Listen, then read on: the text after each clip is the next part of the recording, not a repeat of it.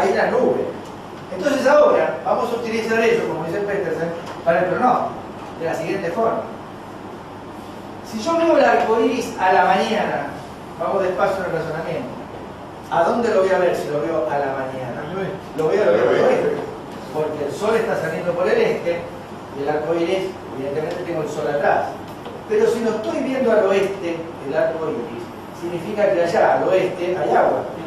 Y si me están diciendo que las ondas de los oeste viajan de oeste a este, aparece la primera reglita: arco iris al amanecer, el mal tiempo se acerca.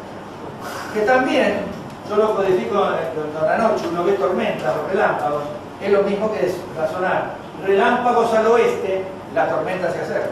Si yo veo relámpagos hacia el sector oeste, esa tormenta no va, viene, porque le está trayendo la onda del sol.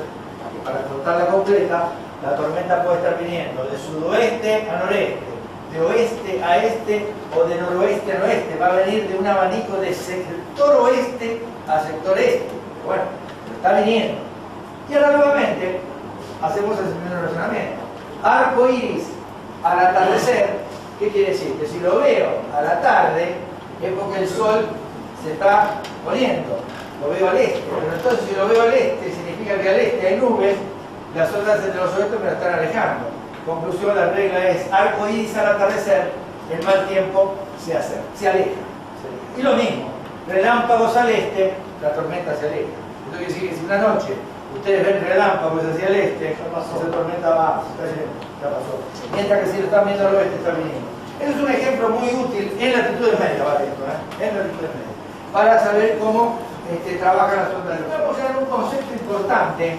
Esto es un esquema didáctico, esto lo publiqué en Bienvenido a Bordo, para explicarle al lector cómo ahora trabaja el pronóstico en base a la onda de los oestes, o en general a una situación donde ya se puede ver un poco cómo es el viento. Lo que ustedes están viendo acá es una simple onda a los fines didácticos que se está moviendo, la onda de los oestes en este caso, y las flechitas que están en los canales, en medio es el viento que está soplando. Y supónganse que en una mesa de pronósticos, esto por supuesto claro, es a los fines didácticos, para que se entienda la idea. Supónganse que acá, sobre el río de la Plata, como está indicado acá, hay un viento noroeste. Acá está escrito actual viento noroeste sobre el río de la Plata. Pero si el pronosticador de turno tuviese que hacer o elaborar un pronóstico en base a este dibujo, él tiene que pensar que ahora tengo viento noroeste, pero como la onda, todo el dibujo se desplaza hacia el este, porque estoy en una zona de latitudes medias, que son de los oeste dominantes, dentro de un rato ese viento del oeste me va a rotar al oeste y luego al sudoeste. En conclusión, voy a tener que prever en horas más, y ahí viene el tema del pronóstico, futuro viento sudoeste sobre el río de la Plata. Que anecdóticamente, por la pregunta que me hicieron recién, por el tema del volcán Puyehue, si esta, que fíjense ahora en la terminología, esto sería vaguada, cuña, vaguada, cuña, ¿se dan cuenta? Las ondas de los oestes, ya entrando en términos técnicos, es un tren de vaguadas y cuñas. Entonces fíjense, de acuerdo a la circulación que yo tenga, también aparecen los conceptos. Si yo, ahí está, sé que hay un volcán que erupcionó acá, y dentro de unas horas, esto se llama parte, con el cuento completo, vaguada, cuña, vaguada, esto se llama eje de vaguada, eje de cuña, eje de vaguada, etc. Esto se llama, del eje de vaguada hacia adelante, parte delantera de vaguada. Esto es el eje de cuña, del eje de cuña hacia adelante, parte delantera de cuña. En parte delantera de cuña, tengo viento sudoeste, obviamente. Y tengo que prever el descenso de temperatura también, porque me va a adventar viento del sudoeste. Pero si acá justo erupcionó un volcán, no me tiene que extrañar que dentro de unas horas la ceniza volcánica me la traiga este tramo de onda. ¿Se ve la idea? ¿No importa el paralelo? Claro, pero estoy poniéndolo desde el punto de vista, lo que quisiera. Ahora no tengo problema porque tengo viento noroeste, pero si tengo un foco acá de ceniza, que me está tirando ceniza volcánica, por ejemplo en una guardia que ese tema lo tenga presente, no me tiene que extrañar que dentro de unas horas, si esto viaja para acá, me va a adventar este tramo de circulación sudoeste sobre la zona que está. Ahora, si la onda sigue viajando, porque vamos a contar a veces la onda viaja, a veces la onda se estaciona. Si sigue viajando, van a ser unas horas y luego me va a rotar al oeste y de vuelta al noroeste. Pero hay veces que la onda se hace estacionaria. la onda se queda quieta, supóngase, si se hace estacionaria en esta dirección, persiste el viento noroeste, oeste y sudoeste, pero hay que ver, la onda se mueve, pero no siempre se mueve a la misma velocidad. Entonces por ahí la onda quedó estacionada 2 o 3 días por viento sudoeste, le da tiempo a la ceniza volcánica que llegó a Buenos Aires, si es que había un volcán en erupción. Te estoy contando un ejemplo.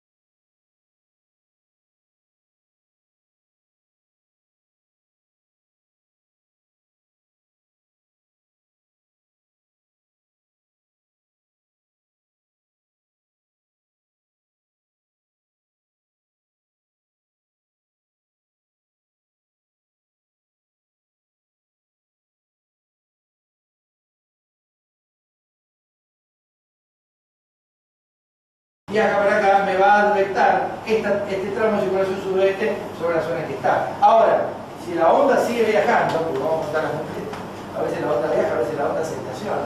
Si sigue viajando, van a ser unas horas y luego me va a rotar al oeste y de vuelta al noroeste. Pero hay veces que la onda se hace estacionaria. La onda se queda quieta, supóngase, si se hace estacionaria en esta dirección, persiste el viento noroeste, oeste y sudoeste. Pero hay que ver, la onda se mueve, pero no siempre se mueve a la misma velocidad. Entonces por ahí la onda quedó estacionada 2 o 3 días por viento sudoeste, le da tiempo a la ceniza volcánica que llegó a Buenos Aires, si es que había un volcán en erupción. Te estoy contando un ejemplo. Fíjense en otro caso, parecido para que se entienda la idea, este caso, supónganse, esto son los fines didácticos, que sobre el Río de la Plata, o sea, borren el caso anterior, estoy presentando un caso didáctico nuevo. Tengo un persistente por un sistema de circulación anticiclónico, bla bla bla, que se estaciona acá, me deja un viento noroeste, noroeste, noroeste del Río de la Plata, y ese sistema se queda 2 o 3 días. Cualquiera que interpretó carta, que ya hicieron una charla conmigo, que hicieron el curso, dice, bueno, tengo noroeste. Pero ¿qué impacto va a producir ese viento noroeste persistente en el Río de la Plata? No quedo sin agua. Se va la bajante. Me quedo sin agua. La bajante. Club de Pescadores durante la bajante del 6 de enero del 2009.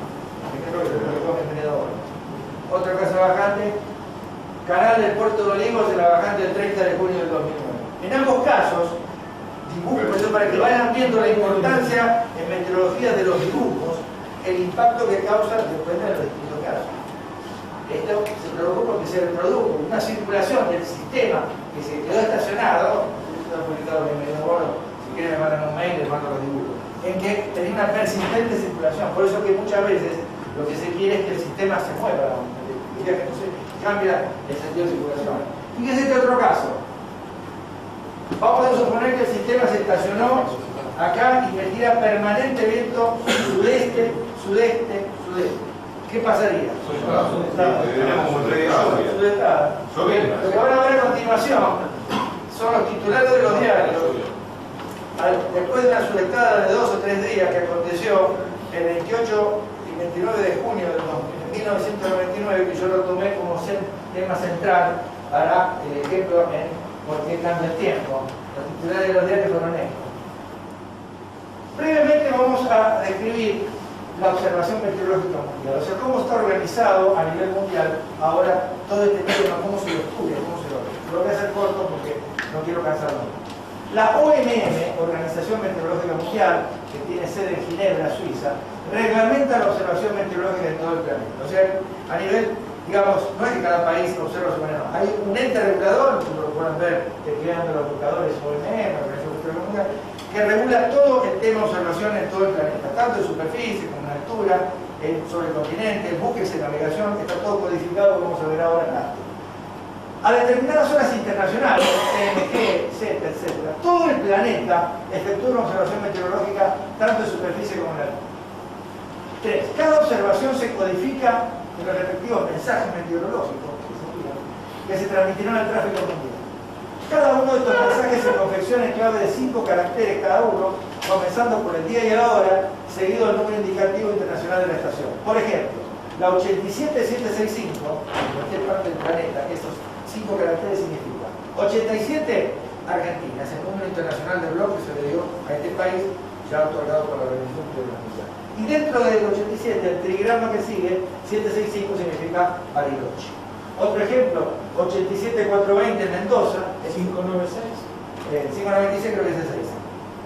Eso es lo que yo me acuerdo. Están, bueno, ahora sí vamos a ver, están todos bloqueados en la gráfica, cuando sale de imprenta, acá si uno se acerca, todos los circulitos, en 427, 322, Chepe, qué sé yo, La Rioja, todos los puntos del mapa tienen un circulito con el número de estación, que eso ya sale de la imprenta, el precio de los talleres gráficos del Servicio Nacional. Pero bueno, cualquier carta, cualquier servicio meteorológico, hace lo mismo. Entonces ya lo que hace luego, como vamos a ver, sería el bloqueador anota sobre esa estación que ya está ubicada con latitud y longitud en el mapa el estado del tiempo que tiene. Cada estación, buque, transmite su mensaje al servicio meteorológico de su país y este lo retransmite al tráfico mundial. Luego, cada central meteorológica, mesa de pronóstico, tiene una central de comunicaciones que va recibiendo las 24 horas los mensajes que envía su servicio meteorológico. Claro, cuando yo estaba en mesa de pronóstico, después anotaba, pueden reírse si quieren, que si tienen una máquina más teletipo, lo quedaban sobre el papel, con el informático, entonces se cortaba el papel con todos los 87, lo que sea, después estaban las de Chile, las de Malvinas, las de Brasil, Paraguay, y se iban anotando acá, ven, algunas son chilenas, otras son argentinas, uruguayas, ¿sí? Se iban anotando todo el tiempo de los mensajes que iban codificados, como ahora vamos a ver enseguida de esta manera. A nivel de superficie, y esto lo menciona a nivel cultural, hay dos mensajes que son importantes. El mensaje SINOP es información codificada de una observación meteorológica de superficie proveniente de una estación continental. Y el mensaje SHIP es información codificada de una observación meteorológica de superficie proveniente de una estación marina o buque de navegación. ¿Cómo se organiza todo este tema a nivel mundial? Así brevemente. La meteorología sinóptica es la que analiza los datos recibidos sobre una superficie extensa a la misma hora de observación. Lo que se quiere es que todos se observen a la misma hora para poder hacer una especie de fotografía de qué estaba pasando el planeta a esa hora internacional. Entonces acá a la izquierda está resumido toda la captura de datos y a la derecha todo el análisis pronóstico, que es el procesamiento. En general la observación meteorológica está dividida en altura, mensajes TEM, que son corrientes de radiosonda, pilot, que son de viento, de altura, información satelital, reportes en vuelo, los aviones tienen un formulario para ver si tienen turbulencia, ya que informan en su ruta de vuelo lo que han observado. Cuando llegan se le entregan al aeropuerto para que vayan a meteorología. Superficie, los mensajes SINOP, SHIP, que mencioné recién, SINOP sobre el continente, SHIP sobre el mar, boyas, etc. Todo ese paquete entonces es lo que se va codificando. ¿Por qué medios o instrumental? Bueno, el campo meteorológico, que es el que se encuentra en los aeródromos, por ejemplo, buques de navegación, teniendo observadores a bordo, boyas que están colocadas sobre el mar, equipo de radiosondeo, satélites meteorológicos, radar de tormenta, en fin, todo el paquete, digamos, de soporte que es el que captura los datos. Y luego, mensaje mediante los sentidos. Y la mesa de pronóstico es la que confecciona y elabora los dibujos como que están colocados ahí en la pizarra. Carta de superficie, carta de altura, diagrama termodinámico para ver si llueve, cortes verticales de las atmósfera. Sería de manera clásica, pulmón, a ver si trabaja, y con el advenimiento de la computación, el pronóstico numérico, que es cartas producidas por modelos numéricos, que es una que vamos a ver ahora referente a la charla, que es lo que uno observa. Aquí tenemos un ejemplo, el ploteo. La palabra ploteo significa representar con símbolos y números sobre cada estación meteorológica o buque el estado del tiempo recibido por los correspondientes mensajes meteorológicos codificados, por ejemplo, si es de superficie, los signos de SHIP. Las cartas vienen con los números de estación impresos sobre el lugar geográfico, que es un poco lo que estaba acá, que está ampliado. ¿Ven?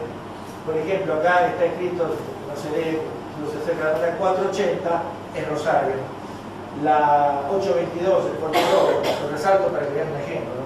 La 874, Cabo Raso, etc. Entonces lo que hace el bloqueador es, de acuerdo al tráfico que recibió a esa determinada hora, anota el estado del tiempo que tiene cada uno de esos lugares para proceder, que es lo que vamos a explicar enseguida, al trazado de estas rayas con un lápiz, que son líneas que unen puntos de igual presión atmosférica, que se van a llamar isobanos. Pero para ir por partes, acá estamos hablando del ploteo. Por ejemplo, para que se entienda un poco, acá tenemos un ejemplo ampliado de que es el ploteo de una estación que es Rosario. 87480 un determinado día. ¿Qué le llegó a Rosario? O ¿qué llegó a la central meteorológica proveniente de Rosario? Toda una serie de mensajes que son caracteres de 5 números que significan en códigos ya interpretados por el bloqueador el estado del tiempo. La primera encabeza el número de estación. Bueno, esto por supuesto no vamos a ver en la charla, hay que hacer un curso de bloqueador, pero para que entiendan la idea de cómo es que codifican e interpretan el estado del tiempo. 87480 Rosario, después viene el grupo de plafón y visibilidad, nubosidad, dirección y fuerza del viento, temperatura, punto de rocío, presión, tendencia barométrica, incluso yo. Pero bueno, existe un lugar que lo fija el OMM, no lo quiero pensar con esto. Arriba a la derecha presión atmosférica, 1030.4, acá la temperatura 8 grados, punto de rocío que es un parámetro de humedad 4, tiempo presente, neblina, tiempo pasado, niebla, tendencia barométrica, tipo de nube alta, media baja, o sea, hay toda una serie de códigos que lo interpreta la mesa de pronóstico y que lo va a tener en cuenta cuando tenga que confeccionar el pronóstico. Este es un ejemplo que se puso para Rosario. Acá tenemos un ejemplo de cómo se hace la observación de altura, que es el radiosondeo, que confecciona otro mensaje que se llama TEM, que es proveniente del radiosonda, información codificada de la observación meteorológica de altura proveniente de un radiosondeo, contiene observaciones de presión, temperatura y humedad en viento. A medida que sube el globo, arrastra un radiosonda, que es lo que se ve acá, y va mandándole con un transmisorcito a la estación de receptora la presión, temperatura, humedad y el viento en los distintos niveles. Como el globo tiene un poder ascensional constante, ya se va determinando a los distintos niveles cuál es el estado de la atmósfera que hay en el día. Este mensaje meteorológico se bloquea sobre diferentes cartas de altura, diferentes niveles también denominados topografía absoluta de tantos milibares. Por ejemplo, acá, si la estación es Ezeiza, sobre la vertical de Ezeiza, supongamos que el globo lo envió en día, como la presión disminuye con la altura, que estará en una expresión que se llama milibares, 850, 700, 500, 300, son distintos niveles de presión en altura, el estado que tiene la observación en cada uno de esos niveles. Entonces, cada carta de altura se bloquea sobre esa estación la altura, temperatura, humedad, viento, etc.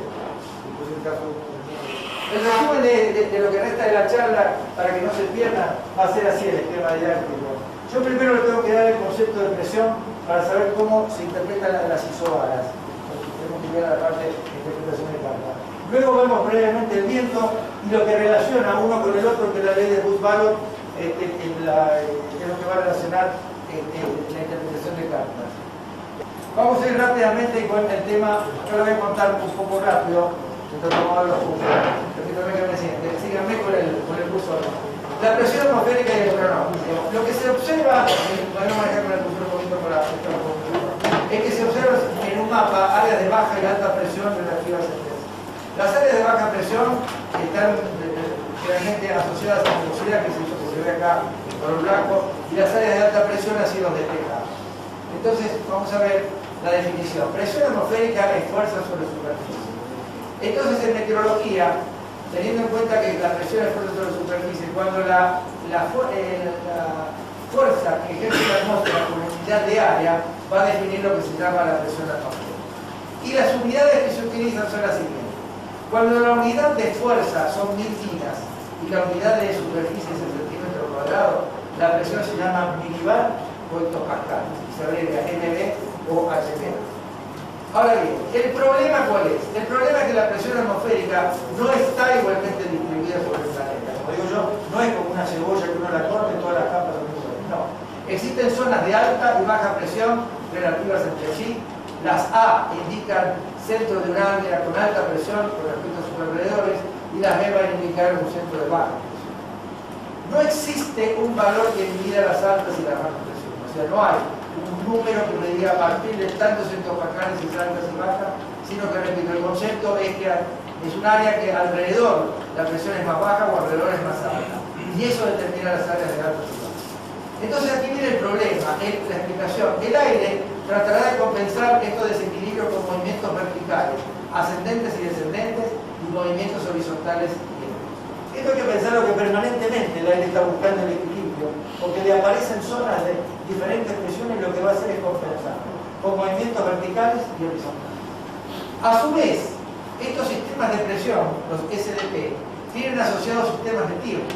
O sea, cielos despejados y cielos nublados. Fíjense ustedes acá, Y por poner un ejemplo, este sistema de baja presión tiene asociado cielos nublados, este de alta cielo despejado. Y si los sistemas se mueven, se llevan el estado del tiempo que tiene uno. No es lo mismo una persona que está acá, en Península Valdés, con un cielo totalmente despejado, a otra que está en el Río de la Plata y se está navegando, está metiendo agua como loco en el barco. Porque son distintos sistemas de presión que tienen asociados distintos sistemas de tiempo.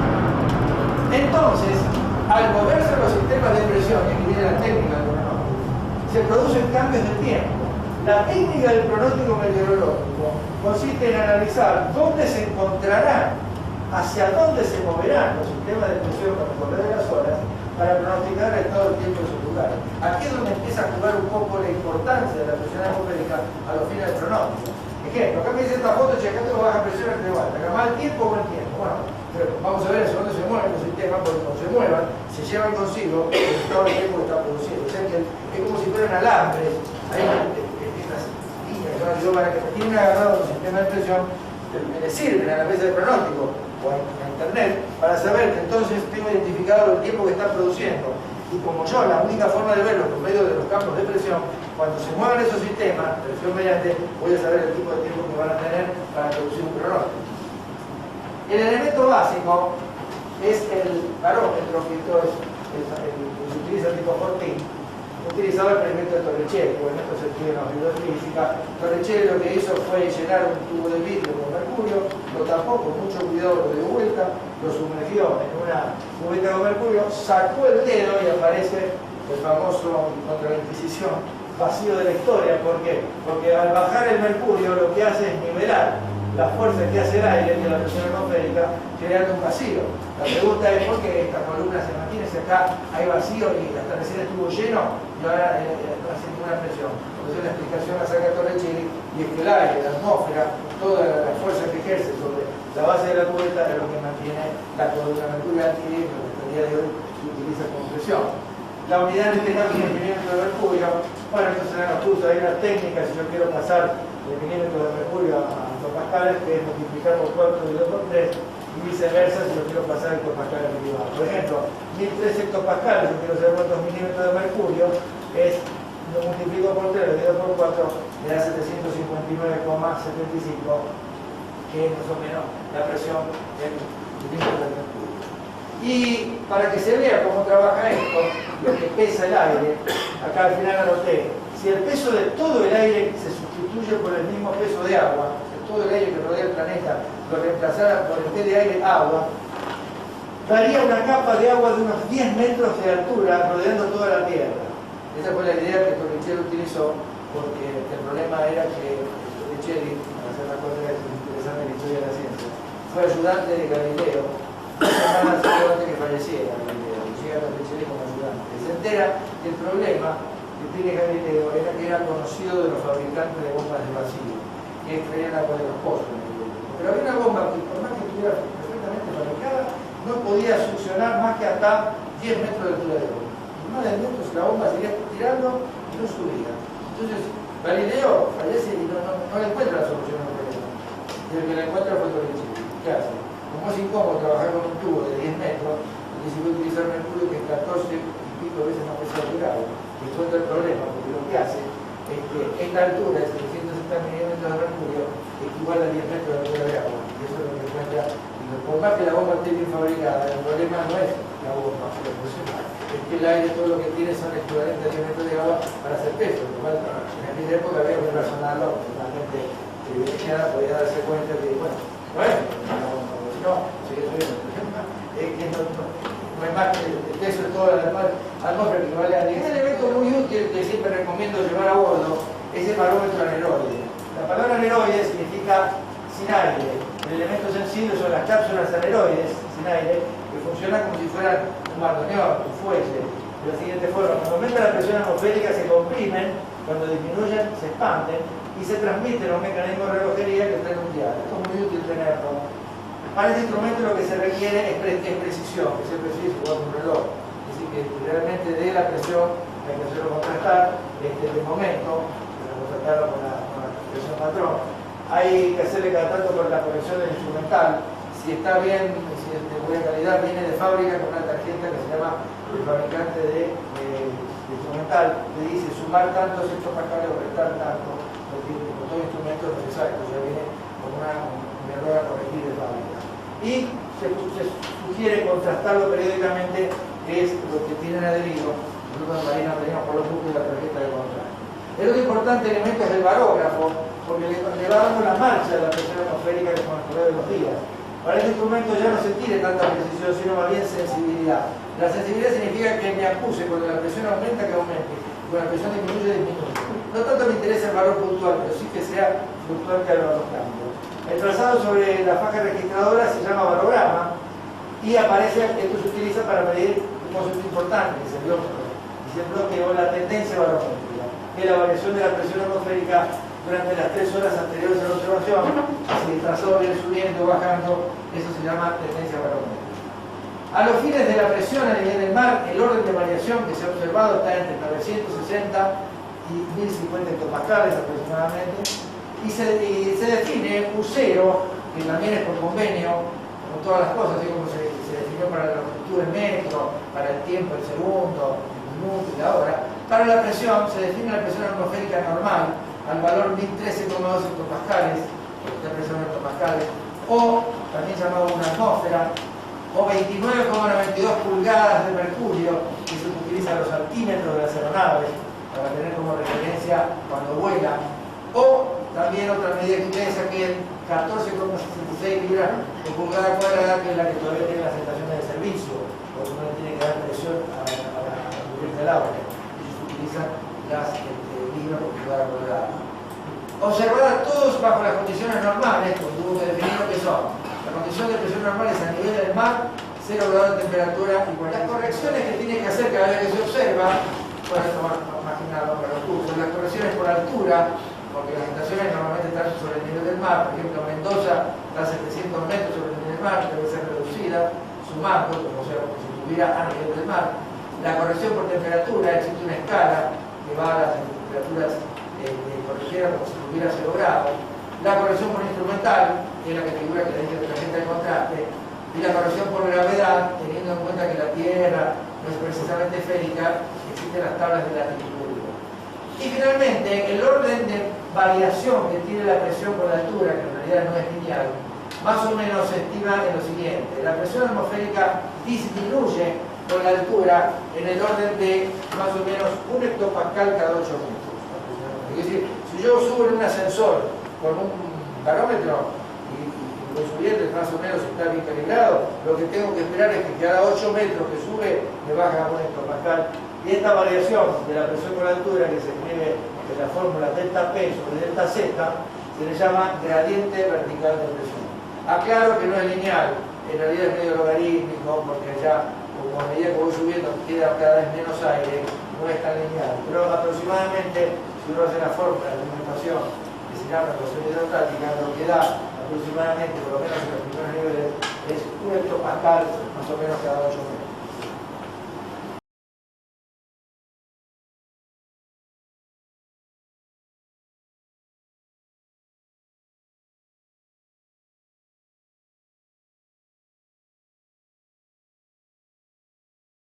Y carga alta del Atlántico. Nosotros nos quedamos en esta zona porque va a ser muy importante cómo trabajan los vientos al este nuestro. Aparece un término para explicar esta parte que es un poco lo que hicieron decir así por la ceniza volcánica, que es la advección. La palabra advección significa transporte horizontal de una propiedad cualquiera por acción del viento. Es una palabra que se utiliza en meteorología. Ejemplos: humo, cenizas volcánicas, olores, gases, radiaciones nucleares. Por ejemplo, en el Río de la Plata, cuando sopla viento norte, hay advección de calor y humedad proveniente de la región subtropical. Vamos a ver un ejemplo muy importante, que es el anticiclón semipermanente del Atlántico Sur, que es este anticiclón. Fíjense, el anticiclón semipermanente del Atlántico Sur trabaja en la zona nuestra desde un punto de vista muy importante, porque el régimen de vientos tiene que ver con el movimiento que tiene todo el año. Como los movimientos, el sistema se mueve hacia el hemisferio que es verano. Cuando es verano en el hemisferio norte, o sea, invierno acá está más al norte, y los vientos, si yo tuviera que hacer una regata a Río de Janeiro, los tengo más como componente meridional. Luego viene invierno, otoño, pongamos, primavera y verano. Ahora en verano se ubica bien, en diciembre y enero, bien al sur, y Y los vientos tienen como componente más marítimo, ¿se da cuenta? Tienen un régimen climático. Anticiclón semipermanente del Atlántico Sur. Tiene una marcha anual moviéndose hacia el hemisferio que es verano y junto con él se mueve todo su sistema de viento. Fíjense este detalle que va a ser importante para la parte agropecuaria. Es coautor de la pampa húmeda. Fíjense que la pampa húmeda que se dibuja en la geografía nuestra, más o menos dibujada acá, toda la vegetación, todo el verde, todo el follaje prácticamente está marcado por alguna forma por este anticiclón. Y si no, fíjense, que lo tomé del libro de geografía, el régimen de lluvias y soñetas anuales en milímetros. Esto es muy importante para la parte agropecuaria, para tener un aspecto de la meteorología del agro. Leo así rápido. Acá llueve por año, y esto es un poco viejo, voy a actualizar, 1600 milímetros. Acá 1000. Acá tengo 600. O sea, de alguna manera, fíjense que las isoyetas, que son líneas de igual precipitación, están marcando de alguna manera, es copartícipe el anticiclón semipermanente del Atlántico, que con su advección, o sea, con su transporte horizontal de calor y humedad de la zona